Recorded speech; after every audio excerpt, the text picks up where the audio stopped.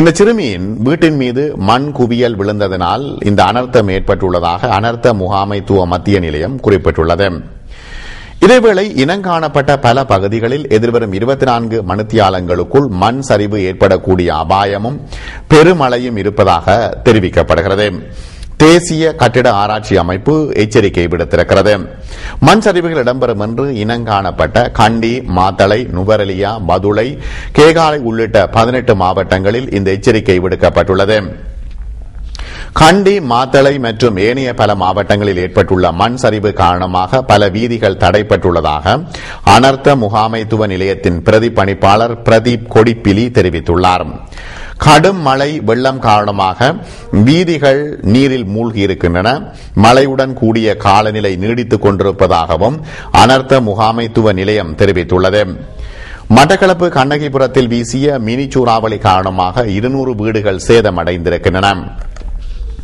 அந்த பிரதேசத்தில் கடும் காற்றோடு கூடிய மழை பெய்து வருவதனால் மக்களின் இயல்பு வாழ்க்கை பாதிக்கப்பட்டிருக்கிறது.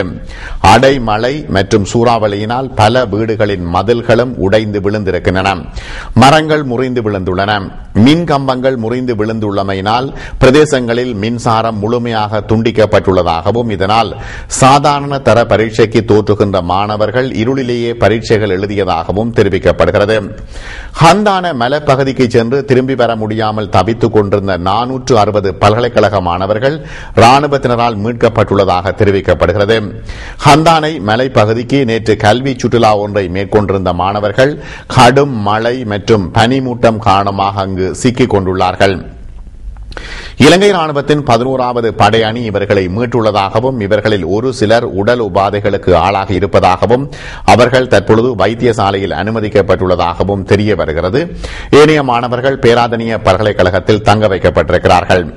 யாழ்ப்பாணம், வவுனியா, ஜாவர்த்தனபுர மற்றும் பேராதனை பல்கலைக்கழக மாணவர்கள் இதில் உள்ளடங்குவதாக தெரிவிக்கப்பட்டுள்ளது. இலங்கை அரசாங்கத்தால் இறுதிக்கட்ட யுத்தத்தில் மேற்கொள்ளப்பட்ட படுகொலைகள் நிலைகுலைய வைத்துள்ளன என்று பிபிசியின் முன்னாள் செய்தியாளர் பிரான்சிஸ் ஹாரிசன் தெரிவித்துள்ளார். இலங்கையில் நடந்த 4ஆம் கட்ட ஈழப்போர் குறித்து அவர் எழுதிய ஸ்டில் கவுண்டிங் த டெத் என்ற ஆங்கில நூல் ஈழம் சாட்சியமற்ற போரின் சாட்சியங்கள் என்ற தலைப்பில் காலச்சுவடு பதிப்பகத்தினரால் தமிழில் மொழிபெயர்க்கப்பட்டு நேற்று முன்தினம் வெளியிடப்பட்டிருக்கிறது.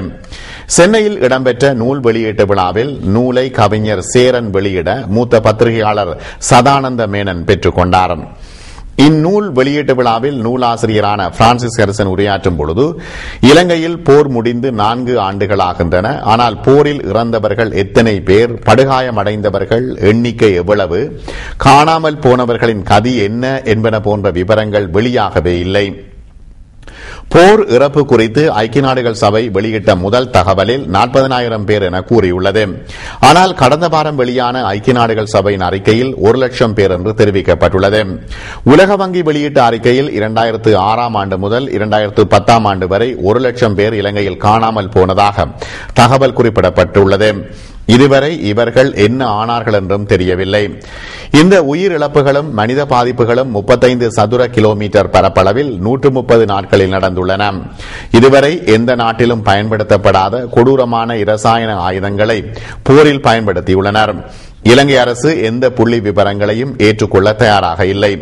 புதிய இலங்கையை கட்டமைப்போம் என கூறும் இலங்கை அரசு குறைந்தபட்ச உண்மைகளை கூட ஏற்க மறுப்பதால் புதிய இலங்கையை கட்டமைப்போம் என்ற வாக்குறுதியை உலக சமூகம் நம்ப மறுக்கிறது.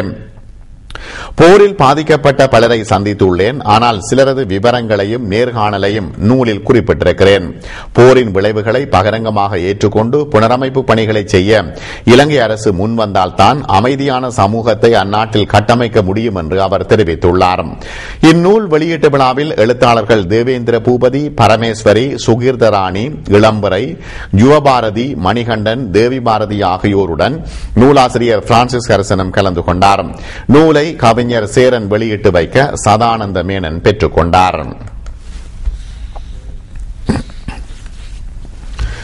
இலங்கையில் தமிழருக்கு எதிரான அடக்குமுறைகளுக்கு எதிராக தொடர்ச்சியாக குரல் கொடுத்து வருபவரும் ஆஸ்திரேலிய பிரஜையுமான கலாநிதி பிரையன் செனவரட்னாவை சிங்கப்பூர் அரசாங்கம் நாடு கடத்தியுள்ளதாக அறிவிக்கப்பட்டிருக்கிறது. இலங்கையில் பிறந்து ஆஸ்திரேலியாவில் வசித்து வருபவரான பிரையன் மலேசியா மற்றும் இந்தோனேஷியாவில் தமிழ் அகதிகள் தொடர்பில் உரையாற்ற இருந்தார்.